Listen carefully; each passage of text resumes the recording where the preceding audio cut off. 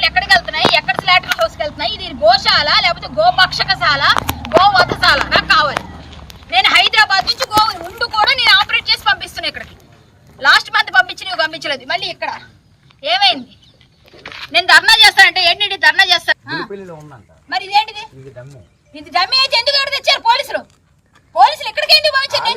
నా దగ్గర రికార్డు ఉంది. ఏదండి రికార్డు? ఇప్పుడు మీకు వినిపిస్తారు, వినండి. నేను ఆయనకి ఏం చెప్పాను సీఏ గారు, నేను మీకు పంపిస్తున్నాను వినండి ఒకసారి. కావాలంటే ఇక్కడ నేను ఆయనతో చెప్పిన మాట నేనేమైనా కోల్పోయాను.